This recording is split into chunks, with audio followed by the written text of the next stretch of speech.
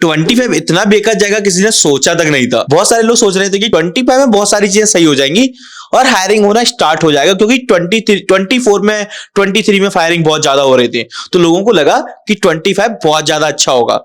लेकिन ये नहीं सोचा था कि इतना ज्यादा निगेटिव हो जाएगा या फिर इतनी ज्यादा फायरिंग होना स्टार्ट हो जाएगा 25 में कि हम ये न्यूज सुनेंगे कि लोग रिजाइन करना स्टार्ट कर दिए कंपनी से। तो चलो मैं आपको बताता हूं कि लोग रिजाइन क्यों कर रहे हैं कंपनी से, रिजाइन कर रहे हैं या उन्हें रिजाइन कराया जा रहा है। तो पहले बात करते हैं कि ले ऑफ्स होते हैं कंपनी में। तो ले ऑफ्स होते हैं तो भाई कंपनी से आपको डायरेक्ट निकाल दिया जाता है एंड उसका आपको पे मिलता है, 3 मंथ का 2 मंथ का आपको पे मिल जाता है, कंपनी आपको पे करती है, जिससे आप कंपनी सर्च कर सकते हो और 3 मंथ का या 2 मंथ का पे आपको मिल जाता हो। आप कोई भी कंपनी उठा के देखोगे आपको पता रहेगा कि भाई 2 या 3 मंथ का पे मिल जाता है जब कंपनी ले ऑफ करती है। अगर हम 23 से 24 के बीच में बात करें तो बहुत ज्यादा ले ऑफ हुए थे। आपने देखा होगा बहुत सारी कंपनीज ले ऑफ कर रही थी, मतलब 9% लोगों को निकाल दिया, 13% लोगों को निकाल दिया।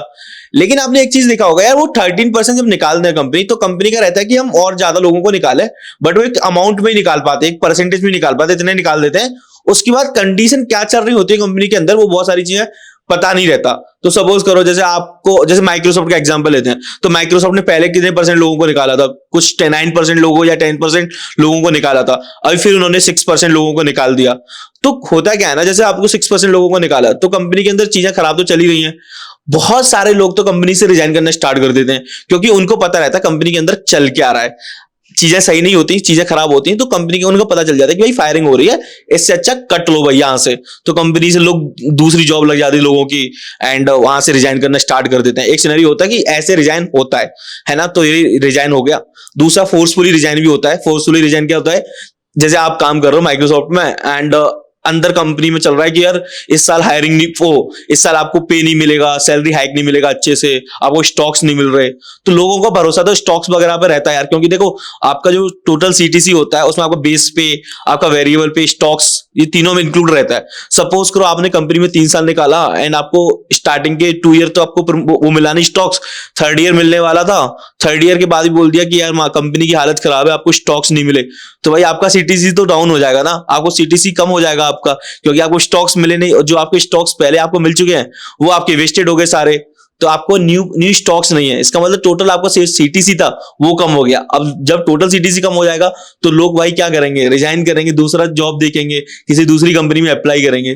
तो इसे बोलते हैं फोर्सफुली रिजाइन कराना। मतलब कंपनी को पता है भाई अगर हम वो हाइक नहीं देंगे, स्टॉक्स नहीं देंगे, तो बंदा खुद से कंपनी छोड़ के चला जाएगा। ये मोस्टली प्रोडक्ट बेस्ड कंपनी में ऐसा होता है एंड मैं गलत भी हो सकता हूँ, मोस्टली मैं जो सोच रहा हूँ कि ऐसा होता होगा, क्योंकि ऐसे ही मैंने बहुत सारे लोगों से सुना है कि ऐसा ही होता है ना, मैं गलत भी हो सकता हूँ। और बाकी आता है सर्विस बेस्ड कंपनियों में, आपने बहुत सारे लोग देखे होंगे कि सर्विस बेस्ड कंपनी में क्या होता है, जैसे आप एक तो होता है वो रिजाइन कर देते हैं एंड मतलब आपको 2 मंथ का पे मिल जाता है, कंपनी बोलती है कि ले ऑफ कर दिया हमने इतने लोगों को, उनको पे मिल गया। कुछ कंपनी होती है न्यूज नहीं निकालती, क्योंकि वो मना कर देती कि भाई हमें न्यूज में नहीं जाना, एंड वो अपने इंटरनली एम्प्लॉयज को बुलाते हैं और बोलते हैं आप कंपनी से रिजाइन कर दो, आपको 2 मंथ का पे मिल जाएगा। अगर सपोज करो वो रिजाइन नहीं करते तो उन्हें फायर कर देंगे, तो उनका जो रिलीविंग लेटर होगा वो खराब हो जाएगा कि उस पर लिखा रहेगा फायर कर दिया गया कंपनी से, है ना, तो भाई दूसरी कंपनी में जॉब लेने में प्रॉब्लम होगी। रिजाइन कर देते हैं खुद से, तो भाई आपके रिलीविंग लेटर में लिख देंगे इतने साल काम किया, उसने खुद से रिजाइन कर दिया, क्योंकि रिजाइन तो खुद से किया जाता है ना, कंपनी थोड़ा ना रिजाइन करवाएगी आपसे, राइट। अपनी यहां तक अपना मर्जी नहीं होगी तब तक कोई रिजाइन नहीं कर सकता, है ना, फिर तो फायरिंग हो गई, कंपनी करवाएगी वो फायरिंग होगी, रिजाइन खुद से करना पड़ेगा। तो कंपनी बोल देगी भाई रिजाइन कर दो, अगर नहीं करते तो फिर हमें फायर करना पड़ेगा। आपके रिलीविंग लेटर पे लिखा रहेगा कि फायर कर दिया कंपनी ने, तो आपको आगे जॉब लेने में दिक्कत होगी। अगर आप खुद से रिजाइन कर दोगे आपको पे मिल जाएगा 2 मंथ का, और कंपनी छोड़ो आप कहीं और जॉब देखो, आपके रिलीविंग लेटर भी खराब नहीं होगा, आपके पे धब्बा जो लगेगा फायरिंग का वो भी सही रहेगा, मतलब आपको लगेगा ही नहीं वो धब्बा।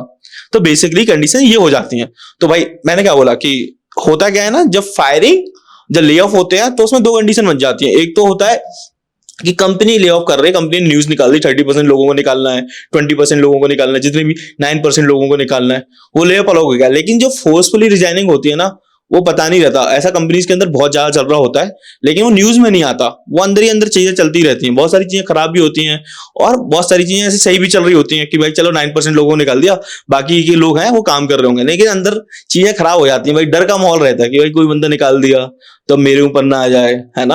और वो हर किसी कंपनी में रहता है यार, ये नहीं कि मैं बोल दूं माइक्रोसॉफ्ट या अमेजोन या फ्लिपकार्ट, कोई भी कंपनी, अगर मैं कंपनी खोलूंगा तो भाई मुझे भी सब चीज देख के चलना पड़ेगा। आप भी खोलोगे तो आप भी सब चीज देख के चलोगे। ये नहीं कि भाई आपको प्रॉफिट हो नहीं रहा और लॉस में चला गया। बोलते हैं ना कि 35 लाख तो इन्वेस्टमेंट किया था, 45 लाख का घाटा कैसे चला गया, है ना। तो वो हर कोई देखता है, ऐसा नहीं कि कोई ब्लाइंडली पैसा दे दे किसी को भी। और कंपनी को भी अपना बजट बना के चलना पड़ता है भाई, उसमें भी बहुत सारे इन्वेस्टर लगे रहते हैं जो कंपनी को फंड करते हैं, तो वो सब चीज देख के ही चलना पड़ता है। इन्वेस्टर ये तो है नहीं भाई 1 लाख रुपए लगा के 50,000 लेके जा रहा है, वो 1 लाख लगा रहा है तो उसका दिमाग में होगा कम से कम 1 करोड़ बना लूं उसका। हर किसी बंदे का रहता है कि मैं 1 लाख इन्वेस्ट कर रहा हूं, उसमें से 1 करोड़ निकाल लूं। तो इसको बोलते हैं भाई फोर्सफुली रिजाइन कराना, जो मैंने आपको बताया था कि भाई कंपनी इतना प्रेशर डाल देगी आपके ऊपर कि आपको रिजाइन करना पड़ेगा कंपनी से। प्रेशर कैसे किसी भी में हो सकता है, एक तो खुद से एचआर बोलेगी कि भाई आप रिजाइन कर दो, एक होता है कि आपको हाइक नहीं मिलेगा, बिल्कुल 1% 2% हाइक मिल रहा है, या स्टॉक्स नहीं मिल रहे आपको, तो आपको लगेगा भाई मेरा जो सीटीसी है वो कम होते जा रहा है। एंड जब आपको सीटीसी कम होगा तो आप खुद से कंपनी से रिजाइन कर दोगे एंड आप जॉब के लिए खुद ही देखना स्टार्ट कर दोगे। तो बेसिकली ये सिनेरियोस बन जाते हैं। जो अभी 25 में क्या चल रहा है, मोस्टली ये केस बहुत ज्यादा चल रहा है।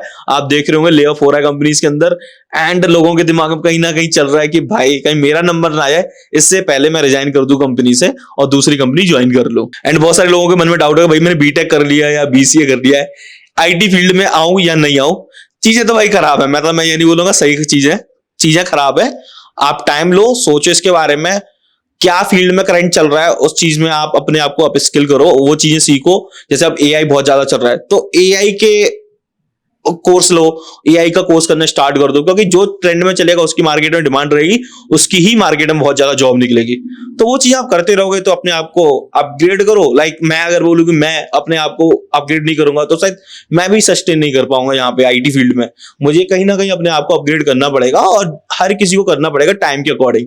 तो अपने आप को अपग्रेड करो, और जो न्यू बंदे आ रहे हैं इस कॉलेज से पास आउट होके, तो वो देखो ट्रेंड में क्या चल रहा है एंड उसके अकॉर्डिंग अपने आप को अपग्रेड करके उस फील्ड में अप स्किल कर लो। तो गाइस इस वीडियो की एंडिंग यही करते हैं। अगर आपको इस टाइप की और भी वीडियो चाहिए होती है तो इस वीडियो के नीचे कमेंट कर देना। चैनल पे न्यू हो तो चैनल को सब्सक्राइब जरूर कर देना, वीडियो को लाइक करके जरूर आना। मिलते हैं गाइस नेक्स्ट वीडियो में नए टॉपिक के साथ, तब तक के लिए बाय।